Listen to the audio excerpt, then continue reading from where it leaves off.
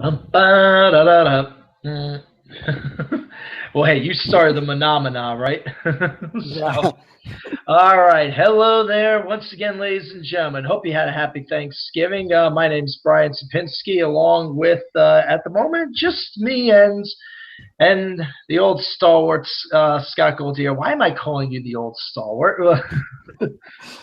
If anything, I'm the old stalwart. I'm the one that's been here in some combination for almost 8 years or whatever the case. Well, who knows? Who cares right now? Anyway, this is convention attention, folks. Those of you watching on YouTube, you know how this works. If you want to get in on the conversation, if you want to do it in text format, you see the chat window open to the side. I'm going to make sure we. Hey, what's up? Hang on one second. We'll get to you in a sec, Charles. You see the chat window open to the side. If you want to jump in live via Google Hangout in the conversation, just like Charles did down below. Hey, Charles Berman, how you doing? I'm all right. Okay. You're in there somewhere. Okay, we'll get your video working up in just a second. But anyway, if you want to jump in too, you see the Google Hangout link is right there, and it'll be open for the entire podcast. So this is going to be just so everybody's aware, just a couple quick programming notes before we start. The first major thing, this is going to be our last podcast of 2016. We're going to be taking a few weeks off. We're going to take December off just so everybody can focus on the Christmas holiday and kind of relax or whatever. And we'll do our next podcast for Game Show Talk and Fun. We'll do that instead of in 2 weeks. We'll do it in 6 weeks on Friday night, January 13th. Already starting the year on a Friday the 13th. And then 2 weeks later after that, so in 8 weeks from tonight on January 27th will be our next Convention Attention podcast. All right, and in the meantime, in the weeks in between, we've got a lot of episodes from our convention shows that we're going to be catching up in over this month and next. From Liberty City Anime Con, we got a full cache of 6 games that we're going to be showing you there, all the way from Caesar's Challenge through Trump Card. And then we have our 2 games from last week, not last weekend, the weekend before. At New Jersey Comic Expo, we've got Card Sharks and Trump Card coming from there as well. So 8 full episodes ready for you guys to see and enjoy. You'll start seeing those up in the coming weeks. For right now, though, let's have our fun with the business tonight. Excuse me, my voice is trying to catch up with me here. And let's get into some of our usual fun with the Smash or Trash business. And we seem to, 3 out of 4 if you count our main topic tonight. Nintendo is the theme tonight since we're talking about NES Classics. We'll get to the main topic in a second. But the first thing we're going to talk about tonight, also regards to Nintendo, is that this week some big news has started to come up with between Nintendo and Universal Studios, particularly in regards to their theme parks.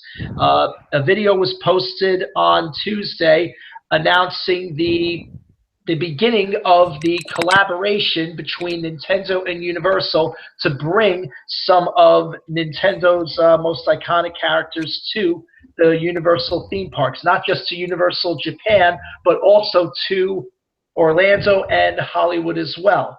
And so with regards to that, just to get some ideas of things while I read over some of the details again, because it's been a couple days since I read this. Scott, I'll have you start off in the business. Oh, hey, there you are, Paul. I didn't see you come in. You doing okay, Paul, tonight? Yeah, I'm okay. Okay, good to see you. All right, well, here's Scott. I'll get the ball started off with you here. So your thoughts about Nintendo and Universal joining together in one theme park?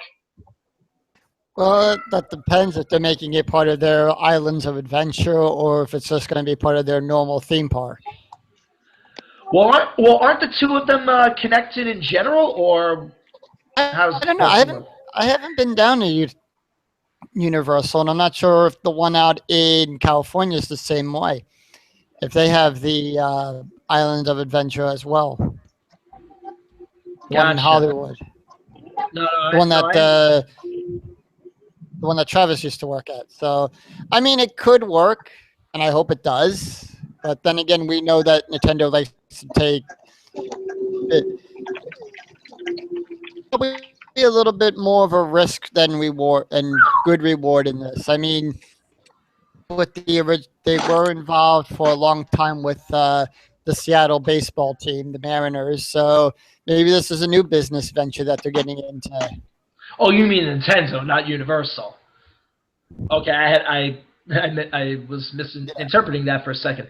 According to the details, just for the record that I'm seeing here, real quick, it says that it says over in Japan, the park operating officer and investment strategist says that the theme park's planned Nintendo-themed attraction area will cost more than the existing Wizarding World of Harry Potter area. If you could believe that, for how big that was, the idea that something bigger could be coming along. It doesn't say specifically as to the new area could cost over 50 billion yen, which is about $480 million right now in current translation. Obviously, Mario will be a part of it. Doesn't specifically say what other Nintendo characters will be used as of yet. So, Link. What about Link? Mario, Link, and Samus. Okay, I was gonna say who were you saying was the third one? Okay, because I'm sure that's up for debate depending on who you ask. So let's see. Maybe Star Fox. I mean, you could probably throw Star Fox in there. Cloud? Yeah, we'll see. Well, I'm sure we'll find out as time goes on. Paul, how do you think of it? Your take with this theme park idea? It's kind of interesting. I mean, it's not its own separate theme park. Let's get one thing clear about that. It's not much more than Sony.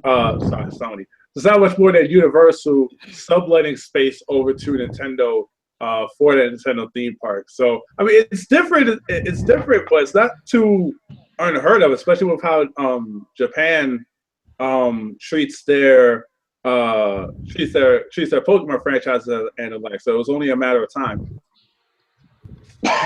Okay, but do you think it'll work just as well in Hollywood, Orlando? Yes, in Hollywood and Orlando, sure. More towards Orlando than Hollywood, but yeah.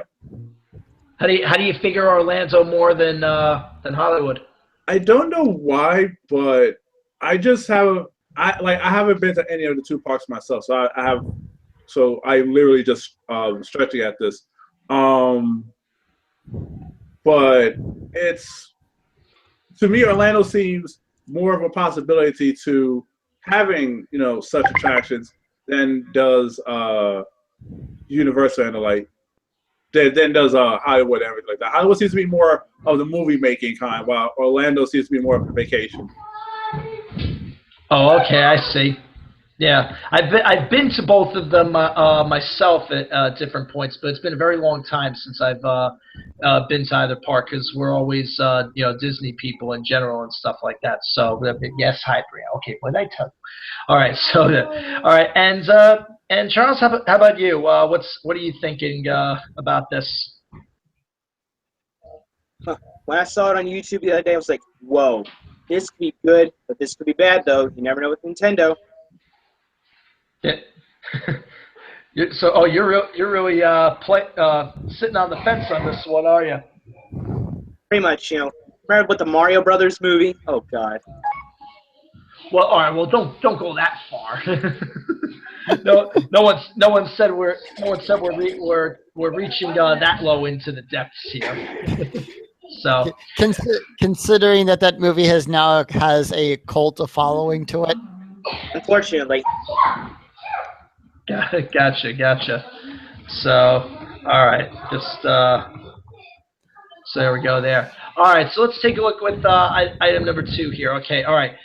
Our next item. Okay, this is the one non-Nintendo item on the list, although to certain extents, this guy has shown up on Nintendo or whatever, and that is let me ask you just real quick, just real quick throw out there. Who any of you guys pay a visit recently to, or just at any point in your life to the good folks at Build-A-Bear? But they're all the time. Kind of. Kinds of, Paul. Elaborate. I heard some of their some stories about what they've been working on in the long run and everything. Okay. I Like, think I heard some story a while ago. I just made the news about what Build-A-Bear is doing for. I want to say Sonic the Hedgehog. Well, yes, that's exactly what we're talking about. Yeah, because obviously they've been very good, recently. Well, actually, a lot of times over their careers. All right, yes, hi. And they also had a Pikachu. Yes, okay, yes. They've been very good with treating a lot of different franchises with with love and respect. We know they've done stuff for Pokemon, including most recently the Eevee plushie. Of course, Brianna had to have this and stuff like that. And it's something I scraped, and I got a Pikachu and Eevee Pokemon card with it, and now I have a chessman. Okay, well, my wife's Team Chessman as well. We'll bring Eevee inside. All right, okay, okay. Okay. Eevee said bye-bye. Okay, so all right, she got her plug in, stuff like that. But yes, you are correct, Paul. That's the next time we were talking about, because now Sonic and Tails are getting their turn at Build-A-Bear fame and stuff like that. Although I have to say this, and if we could get some pictures real quick. Of it. The one thing that gets me a little odd about it is if you look at the pictures of what their plush versions of Sonic and Tails are. Sonic looks a little, I guess, bulky would be the proper word and stuff like that. Do we have it? Wait, you saw the picture, right? Come on. All right. So I'm gonna take a look and see if we can find it. But yes, it is. All right. Go inside. I knew this was gonna happen tonight. As soon as I got to this topic, I was hedging my bets, and sure enough, but that's the nature of it. All right, but let me see. I'm gonna see if I can try to get some images here. Just try to see if we have it. There you go. Oh wait. So you have it? Yep. Okay, wait. Hold on. Let me cue you up here. Then got you in the. Wait, I'm not seeing your picture here. I'm trying to cue up to you so everybody can see it. There it goes. Okay, so there's the picture. Holy Meg. So what do you think, Charles? What do you think? Am I alone on this? Does it look a little do they look a little bulky or off proportion? Way off proportion, man.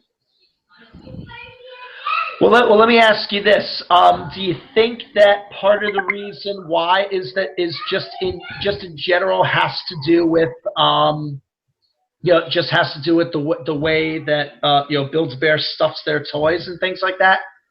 Yeah, pretty much. Cherish and I go there all the time. I take my wife there all the time. Okay. What have you gotten most recently there? Well, the last bear I got her was like one of those Sunday bears from back in the couple years ago. Oh, okay, you got an actual bear. Okay.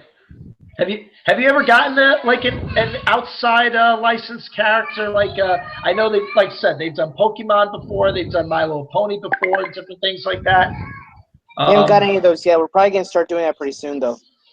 Yeah, hopefully they still have them and things like that. So who knows there? But yeah. But go ahead. I'm sorry. Speaking of Build-A-Bear, me and my wife got an autism awareness bear as well. Oh, okay. That's good. Yeah.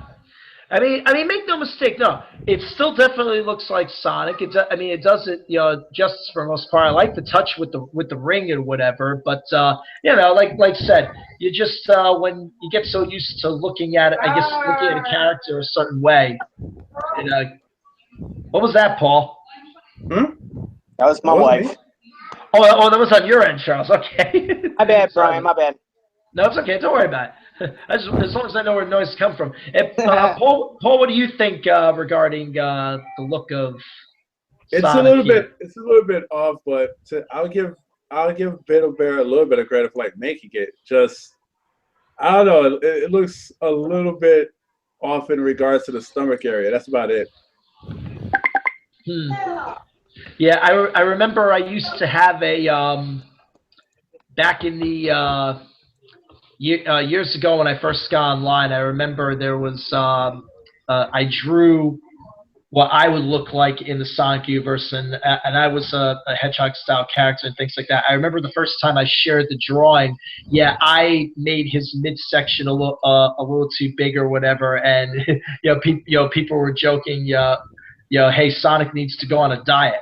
So Sonic whammy. Sonic it was whammy. kind of one of those kind of things. Yeah, that goes back a while and stuff like that. But Yeah. who knows? And yeah, Scott. Yep. How about you? Do you think this does fair justice, or Ate one too many chili dogs from 7-Eleven. why would he go to 7-Eleven? The Adventures of Sonic the Hedgehog cartoon. He eats chili dogs. Remember? No. I know that. That's but why specifically 7-Eleven? Came to my mind. Enough as any. I would figure at the very least, hey, there's an actual Sonic drive-through. Why not just go there? You know what I'm saying? There's quite a few near us. Back in the day, that's where I used to go for my chili dog, 7-Eleven. So. Oh, jeez. That sort of reminds me. That sort of reminds me of if any of you out there are Drew Carey fans. That used to be like one of his in his early stand-up days. That used to be one of his big jokes. He used to talk about going to Denny's for chili dog. Get it with the chili dog with extra cheese on it, and then for another $1 they put bacon on top of the whole thing. That's a real power meal for people who don't care anymore. It's like the chili would be like, come on, follow me, boys, we're going to the heart. What is wait, what is that? Lettuce? Get out of my way. Yeah, and that's what the hot dog says to everything. Then it goes to the chili. Here, chili, quick, follow me, quick to the colon. Hurry before he gets home. No, but I'm more of a Tails fan instead. Do you think they More did of a the Tails Tails right? Do you think they did the Tails right, Scott? Oh, I thought you saw it. Yeah, it was in there. He showed the pictures of it. I'm more of a Knuckles fan. We got all those in Tails place and Knuckles. Gotcha. Oh wait, yeah, here it is. Here's the Tails picture, Scott. Yeah. It's. He almost seems baby-like, doesn't he? Right. Yeah. I'll get that over Sonic. I mean, no love on the internet, so. Oh, like heck, he doesn't. Here we go for a minute. Clear. What can you see this up? Guys, right back. 1 second. Yeah. This is about it. There is the durian doll right here. Yeah, I'll get the Tails. I'll get the Tails doll. Gotcha. So there we go. All right. Well, It doesn't hey, kill me. something for everybody here, and hopefully, folks out there, hey, if you like it, it's coming very soon if it hasn't already. So be sure to take a look with it. Okay, let's see. All right, we got one more item here on the Smash or Trash docket, and I remember, and Paul, you were going on a little bit about this and stuff like that last night, and I was trying to, between you and another friend of mine, and I was trying to get some clarification with you on stuff like that. The Game Awards, yeah. Yeah, okay, yeah, the Game Awards. Now, let me just double check me on this. Like, who actually? Well, who they actually didn't runs actually, this? They didn't actually announce who made the selections. The people who run the Game Awards were the same people responsible for Spike TV's VGS Awards, and then earlier than that, the original VGA Awards on Spike TV. Then after Spike cut it off and started, doing their programming transition, Jeff. Oh, I gotta get his name again. Jeff something. I'll get it up right now in a second. But the main guy behind that went on, Jeff Knightley. There we go. Jeff Knightley went on ahead and produced the show to be aired on Twitch and so forth like that. Jeff Knightley, of course, being a Canadian video game presenter who used to host the original G4TV.com series back when G4 still did video games and tech TV and so forth. He went on ahead and started to make others make this award show, and it's been kind of respectable, but in the same sense that, like I made mention like last night with some of the award presentations. So a game came out 3 weeks ago, was up for an award at the end of 2016, and managed to win Game of the Blank. In this case, it was Dishonored's Action Game of the Year over 3 games which have been out for the longest. And I'm just like, so what were you guys playing? Like, were you guys playing the beta? Were you guys playing the alpha? Now, which game was this? This was for not the Overwatch. Everybody bitched about that for another reason.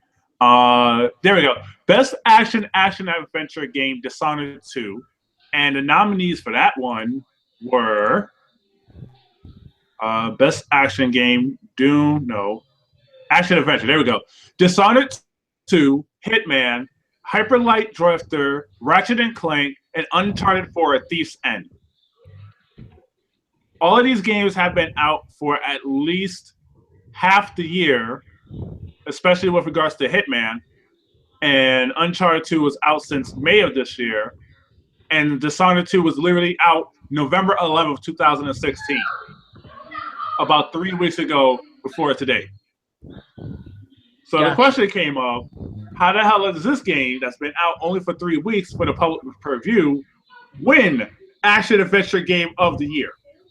Because even during the time of the jury nominations, it's like, what are you guys basing this off of? This game has not been out yet. Jeez, and we think the Oscars have screwed up, voting and kiss-up systems or whatever. Well, this beats that hands down. Like, there's a couple games that are on this list. As I'm looking over the nominees, I'm like, okay, I can see some of them being chosen. Pokemon Go, best mobile game, sure. And then others, I'm just like, why is this even selected as a nominee? And then that's one of them. Overwatch. I was waiting for the Zelda trail. That's the only thing I was watching here. Yeah, that's the other thing that people really don't care so much about the awards themselves, because, like you said, they count them as the Oscars and find them to be full of crap. But more or less, people were watching it for the trailers. Like the new Mass Effect trailer came out for Mass Effect Andromeda. The Zelda trailer came out last night as well, and a few others too. Which I'm getting for Wii U soon. And correct me if I'm wrong, was Street Fighter V that won Best Fighting Game? Okay, yeah, Street Fighter V was a little bit of a questionable one for some people, because it's like, why did this win over... The nominees for Best Fighting Game were Killer Instinct Season 3, The King of Fighters 14, Pokken Tournament, and then Street Fighter V. Pokken Tournament was not going to win this at all, because... Killer Instinct, I thought, should have won the award. Right. It should have either been Killer Instinct or The King of Fighters 14. Street Fighter V winning was we don't even know what happened. The one positive thing that did happen that night, though, was Hideo Kojima receiving the honorary award of Industry Icon, and many people felt that, okay, that's perfectly fine for Hideo Kojima to get an award like that, especially over the travesty of what happened to him last year between him and Konami. But we'll get into that at some particular point there. Let me see. Scott, you had a comment with regards to this. Yeah.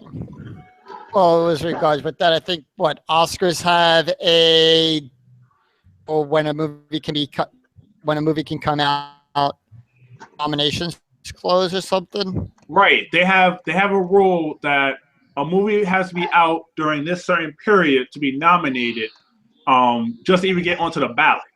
And it's clear that this award show had literally none of that. Either that or their cutoff period was a lot more generous. Maybe we could have had him. I'll go with Brian on this one. They were really generous. Holy crap! Candidate games must have had a commercial release date on or before November 24, 2016 in order to be eligible. So again, the nominees were announced November 16th. The release date. The funny thing. Now, but the release date could have been up to November 24th. Right. Okay. With the fighting games, I am surprised that Blaze Blue game didn't get nominated. Yeah. That's for Wednesday. That's admittedly screwed up, though. That's put it on the dog. who knows that. They must have. Wait, Scott, which Blaze Blue game? Because none of them came out. None of them have an official date of 2016. They all have a date of 2015. Yeah, that's the one I'm thinking of. I don't know. Yeah, it was last year. It was like no, that's like a spin-off. Maybe I don't know. Maybe I'm thinking of one that came of No, you got it. Blaze Blue Central Fiction. It'll be the first Blaze Blue released in Western markets without an official dub. That's okay. So it was pretty much just a port from Japan. That's what it was. Yeah. Gotcha. But again, November 1st was the date. November 19th was it in Japan, and it had a date before the deadline. I guess nobody cared to look at it. That's very strange. But then again, we hear enough about snubs and everything with all the other awards ceremonies and stuff like that. It's think of it this way: if we were the ones doing the picking, well, even then, who knows? That nobody ever knows what things to trust. Bottom line, you like what you like, and if you feel it's the best, then hey, it's the best. So let everybody have their fun. Charles, real quick before we put this one to rest, any comments you want to toss in regarding it? Not really. I didn't get ready to watch. I did watch most of the Game Awards. The only thing I watched was the results. But I mean, just in general, with regards to the whole process and hearing who won and things like that. Well, I think they should have the nominations after the games come out. I still think they should just. So basically, if it hasn't come out at the time of the nominations, then then it doesn't count. Yeah. Right. I have to agree with Paul on that one. Because it's really easy to go ahead and abuse the release date. Because all you would have to do is just build up hype for your game. Say it has a release date of November 23rd, and all of a sudden the date comes around, just push it back in further. So now you have a wasted nomination pick, and I'm guessing the selections were made the day of. So it's like, okay, so what do we do? Yeah, that would be really screwed I'm about to load up my Nintendo emulator. Exactly. Oh yeah, that would really just mess the whole system up. Hey Paul, do me a favor real quick. We're kind of losing the top part of your head here. Just yeah, there we go. That's all good. Okay. No, I want to make sure we can see you there. make sure we have a whole head for the world. That would be an interesting look for Paul. Then he'll go for the Chuck Barris look. Are you in for a treat? So anyway, all right. So. So let me just see. Are we in fair agreement here, guys, that we're kind of all sort of trashing the results of the Video Game Awards? I won't give it a broad trash. Some of the selections that they made were respected. Best strategy game, Stick Legends 6. Role playing game, Witcher 3. The mobile game, I'll give it to Pokemon Go over the nominees that they had, sure. Some of them choices I'm a little bit worried about, like Overwatch beating Doom, Inside, Titanfall 2, Uncharted 4. Like, I'm a little bit worried about that. Best game direction, Blizzard Entertainment, sure, you got it. Anybody could beat Electronic Arts. I really don't care about DICE. Naughty Dog, they really didn't do much besides Uncharted. Respawn Entertainment, that 1 or 2 game that came out a while ago. So sure, I'll give them that much. But some of their choices a little bit questionable. Gotcha. All right. Well. Hopefully, if they do it again next year, and I assume they keep doing it every year. Hopefully it'll make more sense. Next year, whatever the case is. I guess we'll find out, won't we? So, all right. So we're gonna put that to rest then for the time being. And with that in mind, then let's stick with all the fun and games and especially with Nintendo and all that. And let's move into tonight's topic. And that's appropriate enough. Sure, why not? Well, I'll tell you what. We know about Mario. We know about Zelda. We know about Metro. We know about all the usual big players. And we talked about it here before on one of the more recent convention attentions and things like that. We talked before last time we were here about yes, about the NES Classic. Goodbye. Oh, hey, Elliot Schiff is joined in. Hey, what's going on, bud? Representing the Steeler Nation. I just came here to say hi. Very good. Steelers fan you are? Yes, I am. Big matchup coming this week with the Giants. Yep, they might be, but they're not. My brother-in-law's going for the Giants. Oh, wait, they might be Giants. I get it now. My brother-in-law's going for the Giants. I had to think about that one. So anyway, so here's the deal. Now first, just to get this started. Obviously, the last time we were here for convention attention, we talked about the upcoming release of just relax, Elliot. We talked about what was at the time the release of the NES Classic, the new mini console. It's got the 30 games over. Almost instantly, as soon as that came out on Veterans Day 3 weeks ago, that sucker just immediately flew off the shelves, and now you pretty much not only can't find it anywhere, but Paul, didn't you say over at Target or whatever they're charging like over $200 for it? For the Nintendo, for the Nintendo emulator thing? Yes. No, it's actually no. Target still keep it to the base MSRP. It's Amazon, eBay, and various other online sellers that are selling it for upwards of $200. I hate those people. Yeah. Yeah, but yeah, I know that always just like that extremely always pushes probably not just mine but everybody else's buttons too. Same thing with the Ecto Cooler from Ghostbusters this year. Yeah, that also got subject to some price gouging as well, and it was just being shot up to left and right. Wait, Charles, what was this? I didn't hear about this one. The Ecto Cooler from Ghostbusters 2016 that High C re-released earlier this year. Oh, they did? Yeah. Oh, okay, I missed that. They're discontinuing it at the end of the year. Right, because it was only in place only for the release of the movie, and now that the movie's pretty much run its course and it's heading straight to DVD, everything else, almost all merchandise related to it is about to be tied off and cut away. Gotcha. Okay. So they need to keep the Ecto Cooler. That was the best thing that High C ever came up with. The only problem is I'm willing to bet that it probably takes High C a little bit of money to go on ahead and keep these things in production full time. Yeah, plus with Sony Pictures as well. Right, that's the other problem. They have to just for using the name Ectoplasm, they have to keep paying Sony a license royalty. Yeah. Yeah. Okay. Yeah, I guess that makes sense. No, I like the Nintendo Fruit Snacks almost. Remember those, the Nintendo Fruit Snacks?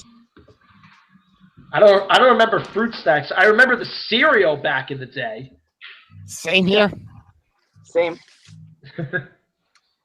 Were you the Mario side or the Zelda side? Excuse me, princess.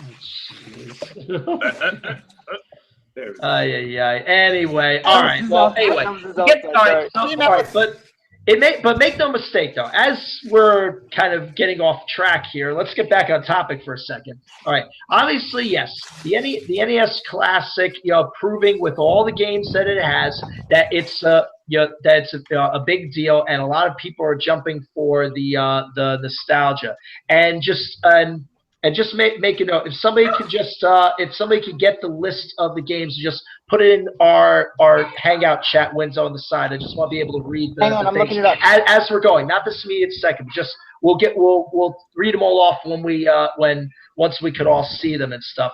But what I wanna talk about here is, in addition to those classics, because if you have a favorite that's on the list of what's on the NES Classic, sure, we'll bring it up and we'll show some video of it and things like that. But at the same time, I want to also get some suggestions from you guys, and believe me, I have a couple of my own, as to other big NES games from back in the day that didn't make it onto that classic console or whatever. Because I know, like I said, I know I've got a couple of personal favorites that me and my brother played for years and years. You guys probably have a couple as well that come to mind and things or whatever. Matter of fact, here, Chuck, I'll start with you. Like I said, other than the big ones, the ones that everybody knows and stuff like that, what was another mega popular Nintendo game at the time that you can think of that you played a lot that they did not put on the Classic? Well, if you had to go there, I'd say the WWE games. Okay, you played the old school WWE? Yeah. Like which ones here? Let me know here. I'll try to queue up an example here. WWE WrestleMania for the NES with Hulk on the front. Oh, the original one. Yeah, which was garbage, by the way. Yeah, just to give you an idea, I guess pretty much. I'm trying to queue it up here if I can. Yeah, because think of it this way. There's all the constant talk with like WWE 2K17 and all the latest and biggest games and stuff like that. And just to give you an idea, though, this being one of the first wrestling games, or at least in terms of in terms of for a major, what do you call it? License. I'm gonna see if I can do the share here so you can see it. Okay. So this will give you an idea of just how far wrestling video games have come and stuff like that. Here, okay, let's get past the credits here so we can actually see the things or whatever. Yeah, so yeah, the original one, yeah, you had 6 you could choose from. You had Hogan, Savage, Andre, the Honky Tonk Man, Bam Bam Bigelow, and Green Dog Man, Ted DiBiase. And Ted DiBiase, right? Yeah. So you had those 6 to pick from. You can see already just from the select screen. You can see the wonderful graphics that are on display here, and taking a look just at how what are you looking for, Joey? And just seeing, okay, and yeah, take a look here just at how. Like I said, we've come a long way, folks, in the world of in the world of wrestling video games and how everything's supposed to look. I mean, and you said you played this, Charles. I mean, like how clunky must this have been? In the words of the angry video game nerd, it was. Remember, I know no words of the angry video game nerd. So to just be able to say that in general, that just I don't know, the whole thing just seems. It was a crap load of crap. Yeah, but then again, remember, for a first attempt, well, hey, what can you do? So beats me. Let me see. Paul, did you ever play this? What, the WWF game? No. Well, I vaguely remember this one. It was just, oh dear God, like I didn't have the instruction manuals. So I had no idea what was going on, and the pinning system was weird. Like, especially how you figure how to kick out and win and stuff like, it was just bad. Yeah, that's it definitely was a mess in its own right and things. But you get Made by Activision. Keep that in mind. Made by Activision. Acclaim. Acclaim. Oh, even worse. Oh yeah, well, yeah. You got to figure, Acclaim. Acclaim did a lot with this and a lot with the wrestling over in those early years and stuff like that, because they did the first couple there for NES, and I think they pretty much maintained for a lot of years. They maintained it until THQ made the first WWF SmackDown game for the PlayStation and Xbox One consoles. Yeah. At least it's not J. At least it's not JLM. Oh God. LJN. Oh, thank you. To be fair, they did make one decent game. If you watch any video game nerd, you know the one decent game they made. Maximum Carnage. Yep. However it is, like I said, I don't know much about that. I think really though, if you wanted a good wrestling game on the NES, you probably wanted to look to this one, Tag Team Wrestling. That probably is the one that, as soon as we skip the ad here, however, this is probably the one that people remember for wrestling video games most fondly. And if anything, if we can actually just actually see the video, so there's an idea right there. This, like I said, this is the one that people probably remember most fondly playing and stuff like that. And given anything, hey, this is the one that has the big legacy, because you have to remember this is the one where we get the name Strong Bad from. So that anybody who's a fan of Homestar Runner, they're Homestar Runner. This is the one. This is where the name came from. So that's how that goes. I assume everybody here at least played that. I have. Who didn't play it? I played it. You have played it, but neither of the rest of you guys. I have not. Really? Wow! I'm surprised. I thought. I tend to stay away from these type of games. Not my forte.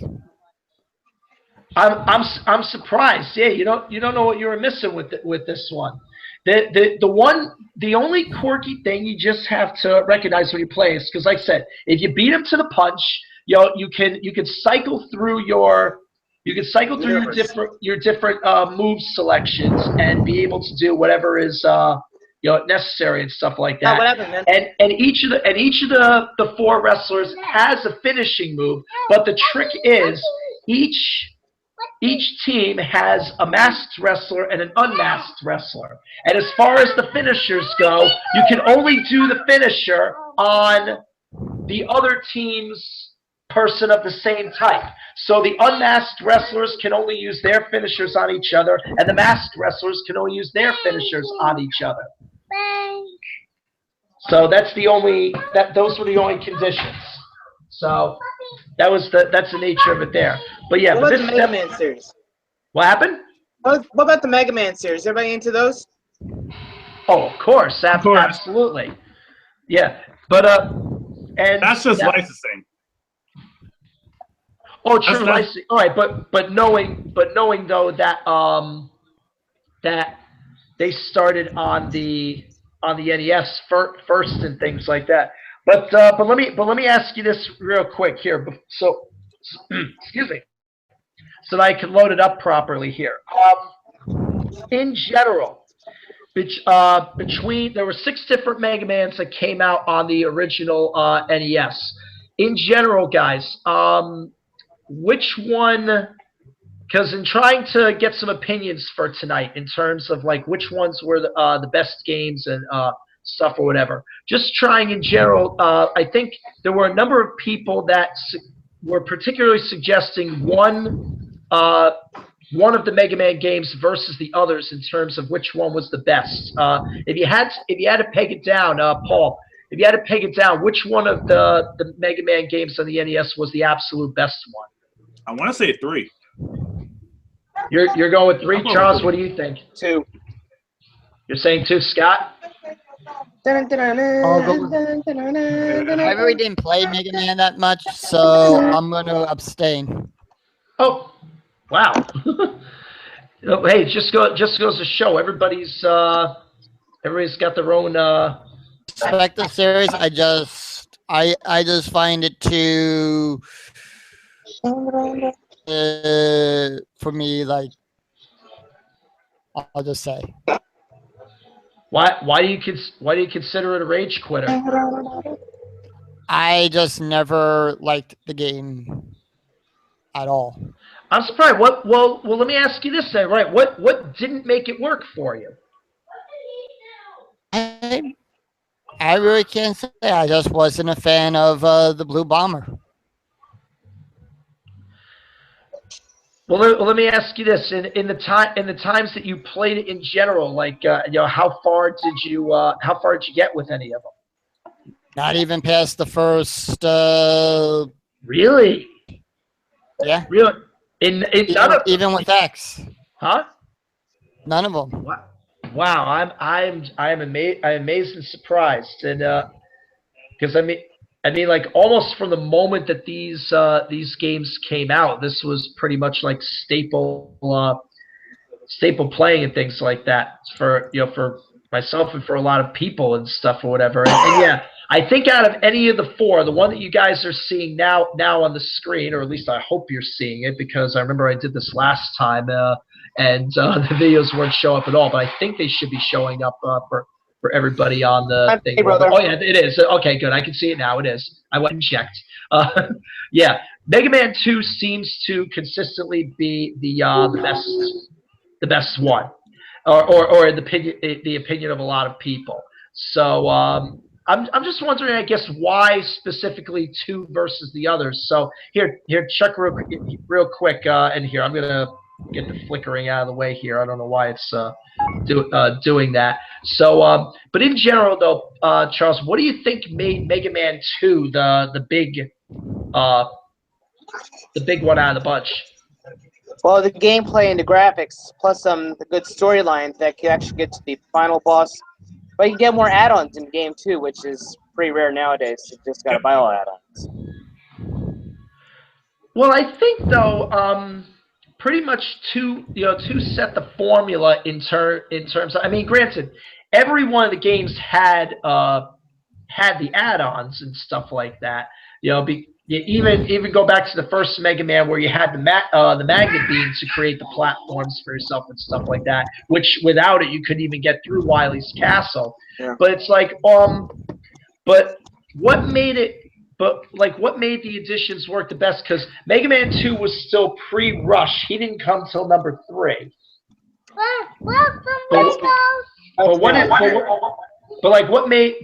What made 2 stand out versus 3 or any of the others?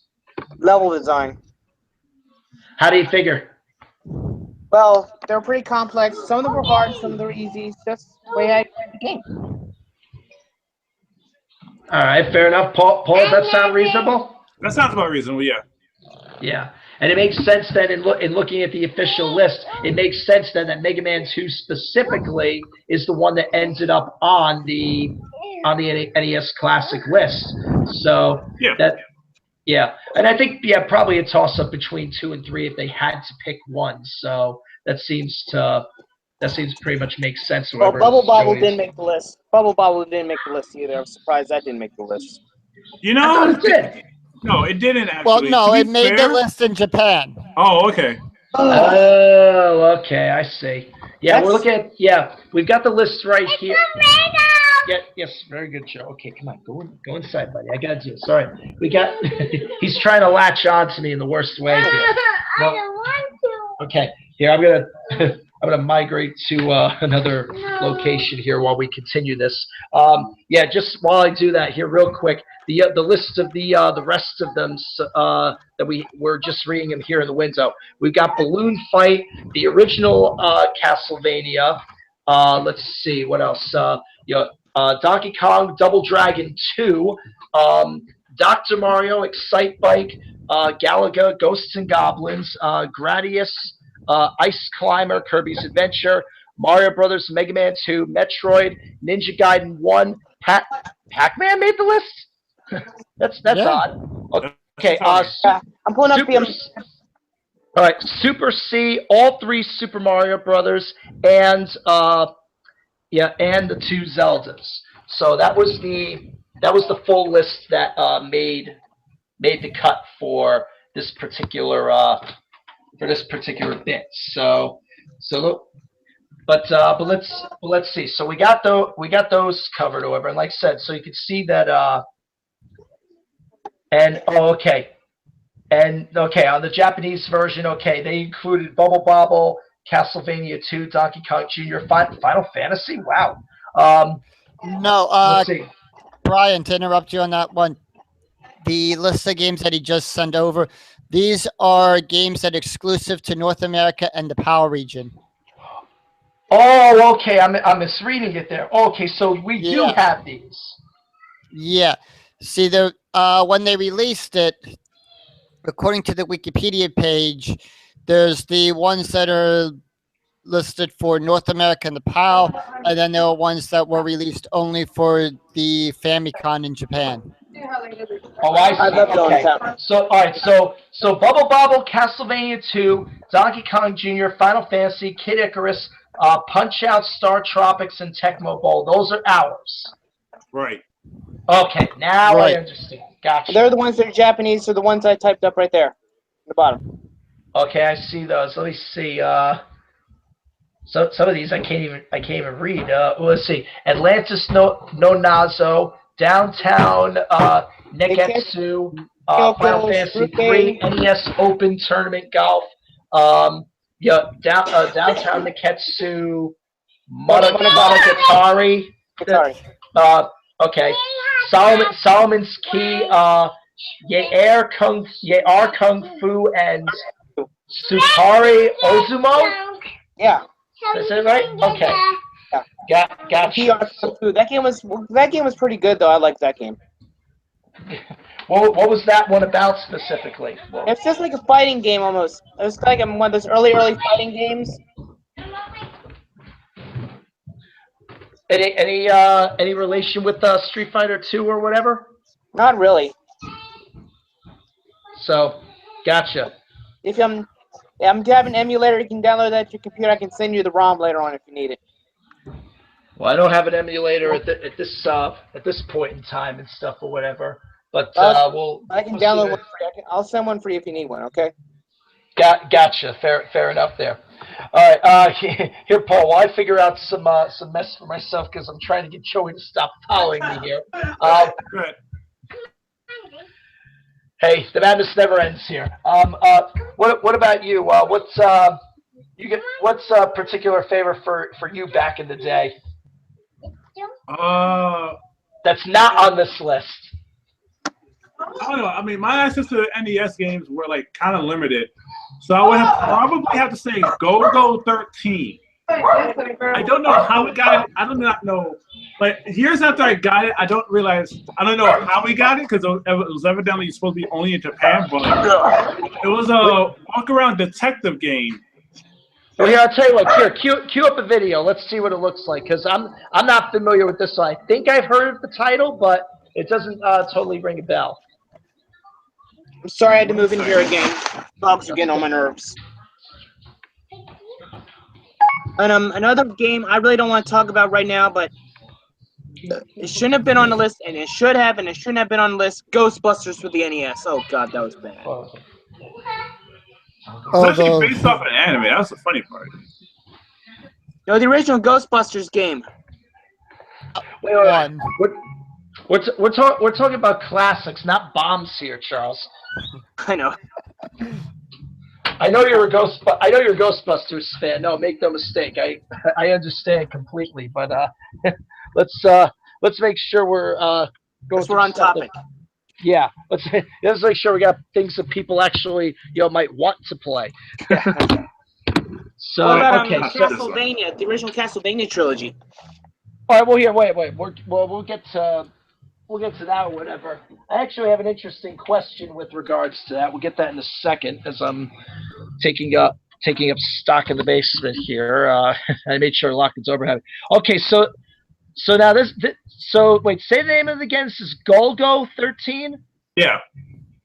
Okay, you're a detective going around the city trying to figure out the crime of what happened to a helicopter evidently in the city, and you're just walking around beating people up, interviewing people, and stuff like that. Unfortunately, the KGB will be watching every move. Right. So they were playing this kind of full Cold War angle, I guess, huh? Right. Like there was several different parts to it, and I was actually kind of upset that I never quite got a chance to finish it myself. Well, how far did you get in this? Like, that's the thing. How involved was it? Huh? How involved was it? It wasn't too involved. It was just it was one of those kind of vague games where if you did not know where to go, you won't know where to go. And unfortunately for me, as I was a kid, I just really did not know which direction I was supposed to end up going in. Ooh. Yeah, I'm playing on my Game Boy Advance. Oh wow! They put this out in the Game Boy Advance when? Back in the 90s, back in the 2000, 2005, they released most of the original Nintendo games on there. Yep. Gotcha. Okay. So there's this is one of them. Huh. Strange and interesting. Yes. Yeah. Yeah, it was cool though. It was, yeah. Just the general gist of the game. Like, I'm shocked that this didn't make it there. See, I'm seeing this with the shooting thing and stuff like that, trying to do the sniper job from far away through the window. That reminds me of another game that I played. That I played in the NES back in the day. It was called Rescue the Embassy Mission. That game was alright. Oh, you remember? Oh, you played that one. Yeah, I played it. Yeah, I had it for a little while, then got deleted. I got caught. And of course, I had to sell my NES a few years ago before I moved. Oh, okay. Okay, now I was surprised. I figured that one wasn't going to get a bite. So, all right. So, hey, lucky me. Whatever the case is. All right. So let's see where that goes. All right, here. All right. So we got that. All right. All right, tell you what, Paul, you can take that one down because I'm going to jump in here next with the next one because I definitely got one that, and I'm glad that a couple people, when I was asking around, I'm glad that a couple people suggested this one as one of their favorites because I know my brother was big on this one when he was doing a lot of NES playing, and this got me into it in turn. I don't know if my brother beat it, but I know I definitely did and stuff like that. Here's one going to 88 or 89. It's called Blaster Master. Oh, Sunsoft. Yes, a.k.a. a boy and his radioactive frog. Well, that's basically what it was. You know, kid named Jason. He has a pet frog, and and just one day at random, the frog jumps out of his cage and decides one day, hey, I'm gonna jump out of the house, however, and oh, hey, what's this funny looking box that's right near our house? Turns out it's a radioactive unit that grows him to giant mutant size, and he jumps in a hole in the earth. the plot itself is a bit far fetched or whatever, and just knowing that Jason goes into the underground hole to follow him and finds this wheeled vehicle and an armor suit and the whole bit, and just goes through this giant quest in the other world, try to save his frog and do all that stuff. Now, this had a lot of good things going for this game, especially the idea that it had two distinct facets to it. The one facet that you're seeing right now is the general, I guess, if you want to put it in Zelda terms, the overworld action, in that as you're traveling through the different areas within this underground, you have the you're shooting with the main cannon and things like that, and as you go through the dungeons, you can get different power-ups for it as you beat each of the master boss of each of the areas and stuff. But then ultimately, at certain points, you have to go through these mini dungeons. I'm going to see if I can find one of them that only Jason himself can travel through. Okay, this is what they look like there. That he has to go through the different dungeons to try to find the the ultimate like master boss of the given level, and in beating that master boss, then you then obtain a power up for your vehicle to be able to make it accomplish different things. Now, what you see there, that little F that was right there, he picks up. That's what gives you extra built-up firepower to your gun. The idea is that your gun starts as just a very basic and not very effective sort of pea shooter kind of thing, and then okay, now here's what a boss fight looks like. So, Hello? Who muted us? I have no. I think he muted him. Oh no. I know exactly what happened. What happened? Somebody's being really stupid with the conversation. Give me 1 second real quick. Oh, craters. Yep. I should have prepared for this. Hold on a moment, guys, because I don't think somebody let Brian know that he's not actually being heard right now, please. While I take care of this thing right here. Jesus, take the wheel. I'm with you. I hear you. Give me 1 Someone second. muted you. No, I heard what happened. Okay, don't worry. I'm back.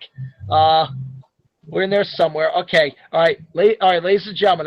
I need to just ask a very small favor. However, I don't mind if anybody that wants to come in and join the conversation, you're welcome to. But please, I ask, let us do the controlling, and B, please don't do anything to disrupt with the broadcast here. We're trying to have a nice friendly show here and everything. So please show respect to everybody that's involved here. All right. So in a event, okay. Yes, so please. you see all the business here with Blaster Master, like said. So as I was starting to say, as you go through the different overworld parts or whatever, you collect the different things that improve your actual vehicle and stuff like that, including giving it wall walking abilities, hovering abilities, and different things like that. And it allows you to access bigger areas of the underworld and stuff like that as you try to beat this civilization, and like I said, and save your pet frog or whatever the case is. But the fact that the gun itself, that and I'm just gonna queue up one of the other overworld the individual dungeon bits one more time, just so you could see it. The gun that you get, it starts as a simple pea shooter in a sense, but as you work your way along, when you can find those special F capsules, it increases the firepower of the weapon. It ultimately makes it to when it's at full power, you can kind of see what it looks like. It looks sort of like what is that? Like kind of like the wave beam from Metroid, pretty much is what it looks like. Right. Everybody sees it there. And in addition, not just that, but you also have the ability, not just your gun itself, but you can also shoot close-range grenades as well. You have the ability to do that as well. And some people figured out very quickly that thanks to a little pause trick, you can actually freeze the grenade when you're trying to face particular bosses when you hit it, and as long as it's made contact, it'll keep on damaging them. So it kind of makes being some of the bosses mega easy. So almost like a glitch in the. Pretty much, yeah. Because that was the thing, yeah. And it worked on half the bosses, where if you timed it right, where, like I said, you throw the grenade, it makes contact with them, and like the instant it makes contact, you hit the pause button and just let it sit there for like a minute and stuff like that, and it'll keep doing the damage. And just eventually when you unpause it about a minute or so later, matter of fact, here's one of the bosses where it works there. with this jumping frog here, because you have to hit it when its mouth is open and stuff like that. Now, all right, so this particular guy's not trying to do that, but now he is. Okay, if he had tried to pause when he made contact with the grenade, yeah, it would have paid off. He could have just left it frozen there for a minute, but I guess this guy's trying to do it naturally. Right. But everyone has its own challenges and things like that. It definitely was not easy, and the thing that made it stink was you could get your gun at full power, but then if you took one hit of damage, every time you take hit of damage, your gun loses effectiveness too. Oh no. Yeah, so once you got it full power, you got to keep full health. Otherwise, you're going to be spending a while trying to build it back up, and that could be a major complication as you're going through the game. So. But this was definitely one of the big stalwarts and stuff like that. Yeah, it was definitely had a major good time with this one. So that was pretty good. So all right, so here we'll dump that one for a second. So let me see. So Scott, how about you? You haven't made a pick here yet. What ones do you have that you remember? The puzzle type. Okay, so I assume in general, Tetris obviously I assume carried you through a lot of. They didn't play on the original NES. No, I did when I was in the hospital for chicken pox. Oh, jeez. Well, there's a way to pass the time or whatever. Yep. But now, what other puzzle games do you recall? The original Yoshi's Cookies, Yoshi. Oh, okay. Dr. Mario.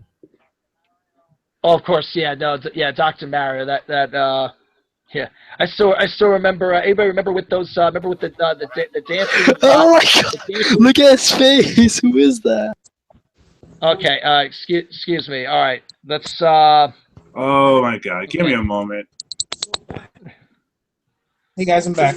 We may have to be a little more careful with this in the future. Well, hey, we got 6 weeks off to figure this out, so so that's the way this is going to be. We believe me, folks. Come on, we don't want to make this a closed party. All right, we do this for you guys out there. Please don't mess this up or whatever. So we'll Yes, please. let's keep this all in place. Anyway, as we were saying, yeah, but I remember though with Dr. Mario, remember the commercials with the dancing viruses and stuff like that. They had all that, all that business or whatever. That was probably the most entertaining part of the whole game, just watching those things dance. Yeah, I remember that. Maybe it's just me. Who knows? So. So that's the nature of that circumstance there. But let me see though. But what were some of the other ones you mentioned, Scott, with regards to puzzles? Yoshi's Cookies and. Okay, you said. Oh, okay, yeah. Okay, you said. Yeah, all right, Yoshi. Yeah. Let's see. The Yoshi games, I remember. Yeah, they came out closer to the end of the NES's life because it was in the midst of birthday gifts back in '95 for the NES. Yeah, it was happening because obviously it was after the advent of Super Nintendo because in those circumstances you had because here that is. Let me just make sure I'm cute. Okay, good. I'm queued up there, I think. Are we taking a look here? All right, yeah, because as you can see it, you can see it plays in a puzzle kind of element. It plays in sort of Tetris stacking and kind of things like that. The big kick is that you see the Yoshi eggs that are falling. Once you get a particular shell and there's a close, and out pops the Yoshi when you can close monsters in an egg. The more monsters you can close in an egg, the bigger the Yoshi, the bigger the bonus and stuff like that. But of course, like any other traditional Tetris game, you can't let it stack too high, otherwise Otherwise, that's going to be it. So, all right, here comes the bigger one right there. Yeah, there's the one with the wings and stuff like that. So, yeah, and they had a version. And check me, Scout. They had a version of this on Super Nintendo, right? No. It was. Or It was only NES and Game Boy. Yeah, both on NES. Oh, okay. But Yoshi's Cookie was on Super NES, right? Yeah, it was on Super NES, and Game Boy. Yeah. I see. Okay. All right, so we got that in place there. Okay, so all right, so we got that one. Okay, here I'm gonna kill the share there, or whatever. So we'll get that back. So but that was so you had that going for those circumstances or whatever. So let me see. Try and think of what. So what other ones did we miss here, guys? Because I know we all got a couple of our favorites in there and stuff. Let me see. Chuck, anything you could think of that we missed that wasn't on the list? Trying to think here for a minute. What about the Dragon Ball games? The Dragon Ball games. Wait, there were Dragon Ball games on the old Nintendo? Yeah. One was known as Dragon Power, that was released in the US, but the original was known as Dragon Ball for the Famicom. Oh, okay, wait, all right. You're thinking of okay, so you're thinking of the over in Japan and stuff like that. Yeah. Okay, I don't recall those personally. Here, Paul, you think you can find? I can try. You said Dragon Power. What they called it? English version of Dragon Ball for the NES by Bandai. Okay. Have to see what that's about or whatever. Yeah, no, because I'll be honest, that doesn't ring a bell and things like that. I can't Dragon Power? That's what he said. Dragon Power. Yeah. Okay, I think he's got a video there. Is this what it looked like? I'm in. Hey, Crimson Caper, welcome back. Good to have you again. I remember you've been with us before a time or two. So, What's going on? But this is what it looks like, Chuck. Yeah. So how did this one work specifically? Basically, it was like it's just a standard punch 'em up game. Because now what is he collecting there and stuff like that? What was that? Because so basically you're just traveling around. You're shooting him up here and like what? Oh, okay. This is like the big showdown here. Or? Yeah. This kind of feels like it wants to be a play on like Final Fight or Double Dragon or I'm not totally sure what it wants to be. Yeah. But has Goku, Bulma, everybody in it. If you could recognize them. That was the English release. The Japanese one. Well, wait. What? How different did the Japanese version look from this? The Japanese one looked like the one from the anime. Goku had the long hair, remember? But it actually all. So wait. So I'm confused. And wait, if this was supposed to be the English port of that game, why does it look so different here? I don't know. They might have mixed up in translation like they do with most NES games. I like memes. That seems very weird that it would that I don't know what there is about it that they would censor. Maybe maybe that's just my imagination or whatever the case is. I mean, wasn't that big back in the day. I guess so, but I don't know if I don't know. Again, the whole thing just seems strange to me. That doesn't seem to add up to me. But well, definitely weird looking in its own right. So hey, who knows there? Paul, what do you make of this? it seems like your typical walk around and beat 'em up kind of game, but there's not much really to be said there. Like it feels more of Dragon Quest, if anything. Well. Wait, Dragon Quest. Now, wait. Didn't back in the day Dragon Quest used to be called Dragon Warrior? Yeah. Yeah. Now, see. I remember the original Dragon Warrior. Here, Paul. See if you can switch views. Try to dig up the original Dragon Warrior. There was a reason for the name change, because at the time there was a PC game by the same name, Dragon Quest or Dragon something, I believe.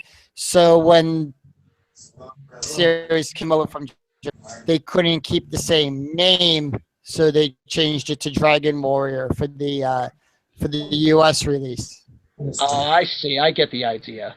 So that's the way it was supposed to go. Anyway, yeah. Here's what that looked like back in the day. Oh yes, the infamous slime. So doing all those kinds of things. Yeah.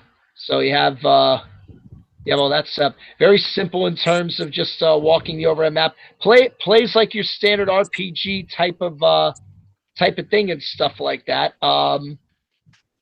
But obviously, RPGs had a long way to go, back then and stuff like that. Oh yeah, and even here, okay, yeah, like the torch spell, so you could see a little bit through the dungeon and stuff like that. Even then, you could always see so far. So it was one of those. If you had an idea of the layout of the map and stuff like that, that would obviously go a long way for you.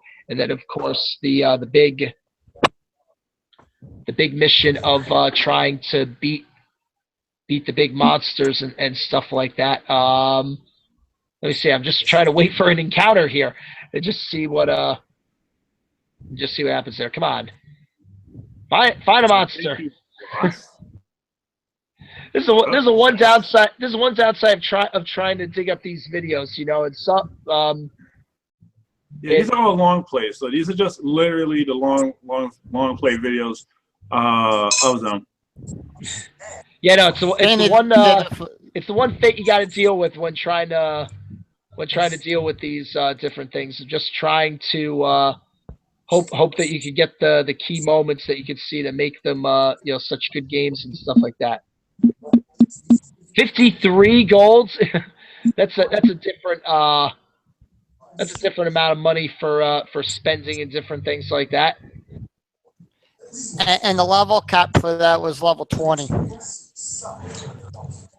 Who knows? Whatever the case is. Should have been on the Goonies. What was that, Charles? Another game should have been part of the Classic NES collection.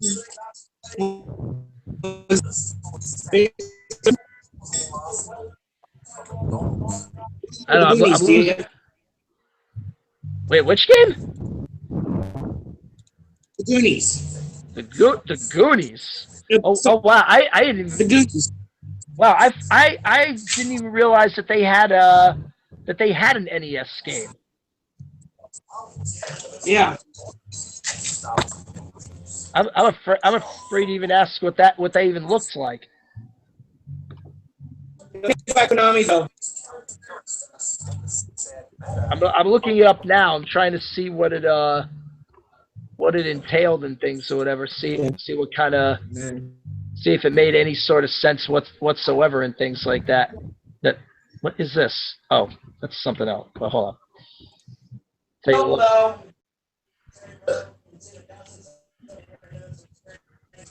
Hang on, just let me go back onto my computer. I should be down in a few minutes. No problem. I'm trying to look at this now with the Goonies. I don't know. I'm not seeing too much here. It's not making much sense to me whatsoever. To be honest. Trying to go through these dungeons or whatever, but maybe that's just me.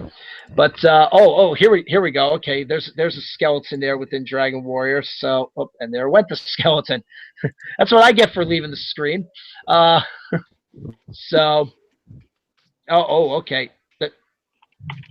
Gee, great. We finally get a good looking monster and he runs. Who knows? Here we go. Warlock. There's a good one. Yeah, I like the old school kind of thing. Thou hast done well in the thing, Lord. Thy experience increases. So you get all the old school talky kind of stuff or whatever. That's always the amusing part or whatever. So let me see. I'm just trying.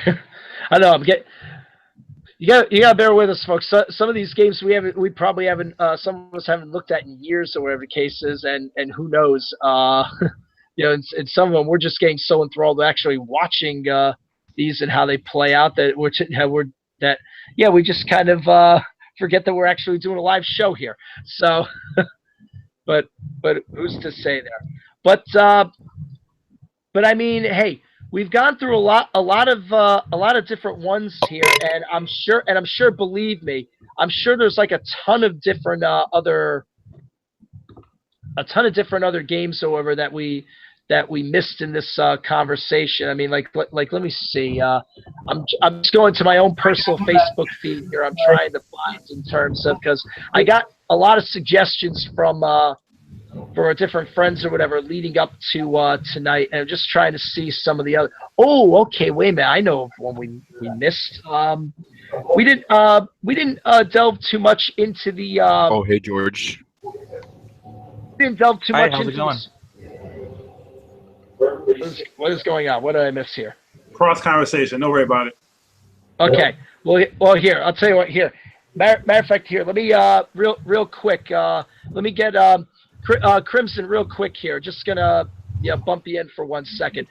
Real fast. What do you have a personal recollection of an NES game? Yeah. Do you have a personal recollection, Crimson, of a particular NES game that was a favorite of yours? You better not fucking mute me, bitch. This is a family show, brother.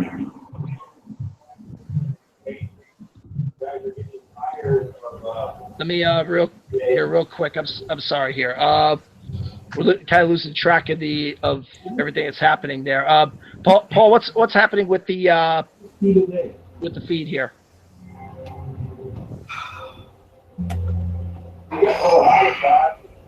It's frustrating. Scout, are you still with me here? Yeah, I'm still here. Yeah, I'm still here.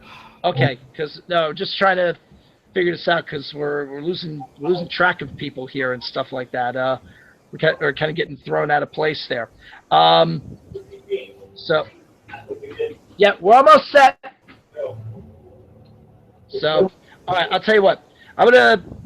We got time. I'm gonna throw one more into the mix here. I'm actually gonna queue it up here because we didn't get much into the sports games and things like that, and I want to make sure we get one particular one and stuff like that. And there's a couple I could pick from here. Probably the most well-known sports NES games that people know and stuff like that have to probably be the hockey game Blades of Steel, and there was a baseball classic called Bases Loaded. But there's one particular one here that I want to make sure. I want to make sure there was. All right, can we? Let's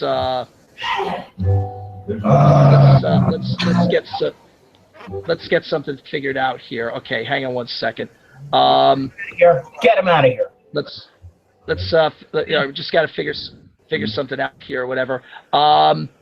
So there's one particular sports-based one that I wanted to make sure I got a quick bit of prop in for, just to get in there. And if I could figure out my chat window here, I'll be in place here if I can.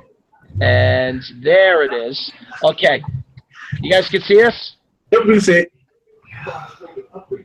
This is one that I'm so glad this we're is going one that kind of takes baseball into the world of robotics. It's one called Base Wars.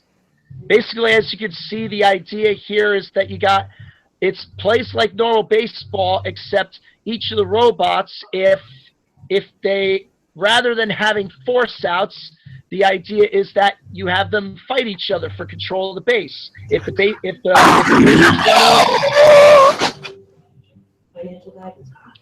okay. Right, keep going. Oh, guys, we lost Yeah, all- no, we're trying to get this here. Yeah, the basic idea is you can see it. If it happens that for whatever reason, if the base runner gets caught in between the bases rather than a force out, it's an actual duel for the base. The base runner beats the fielder, he can keep going toward the base and stuff like that. If obviously if he gets beat, then he's out or whatever the case is. And over the course of playing the individual games, the money that each team gets for winning or losing, you can use to buy parts that build up each of your players' fielding abilities, their batting abilities, even their fighting abilities. You could gain things like iron gloves and laser swords and different kinds of things like that. So it makes things kind of fun stuff like that. Kind of reminds you of and I don't mean to. Well, actually, no, I won't bring it into the conversation. What I was thinking of, because then I'm gonna get into something that would probably not be safe for the kiddies to know and stuff like that, or whatever the case is. So I'll leave that out of the conversation. But all in all, though, you can see folks from what we've shown here. A lot of classics that.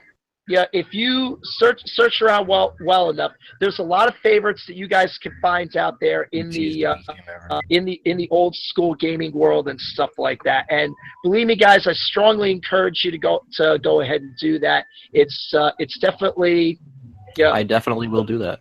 Yeah, it's definitely good for a lot of old school playing and stuff like that. You don't necessarily, obviously, the graphics are a lot different back then than they were now, but hey. You could still find a lot of great gameplay out there or whatever, and trust me, the challenge is there and well worth it and well rewarding. And believe me, just like several of the other topics that we've done here over the past couple of months, we've only scratched the surface here.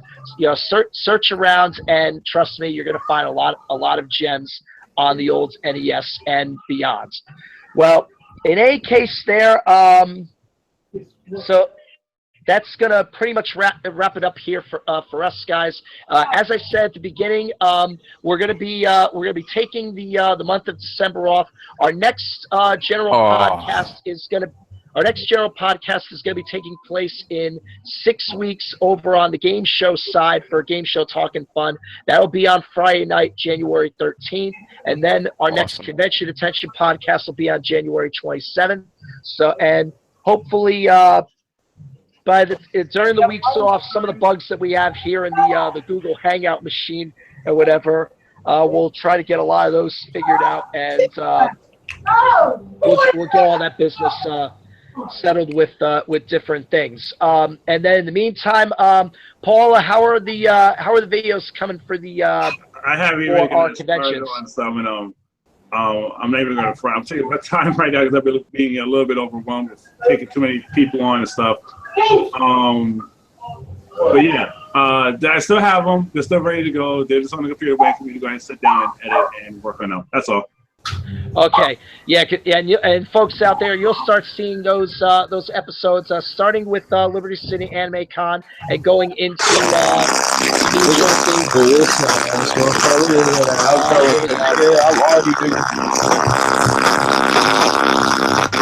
Well, folks, I think we may be getting out of here just in time. Whatever the case is. Oh, jeez.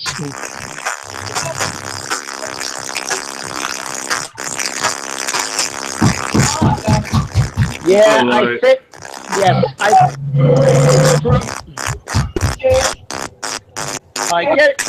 can we get him out of here, please?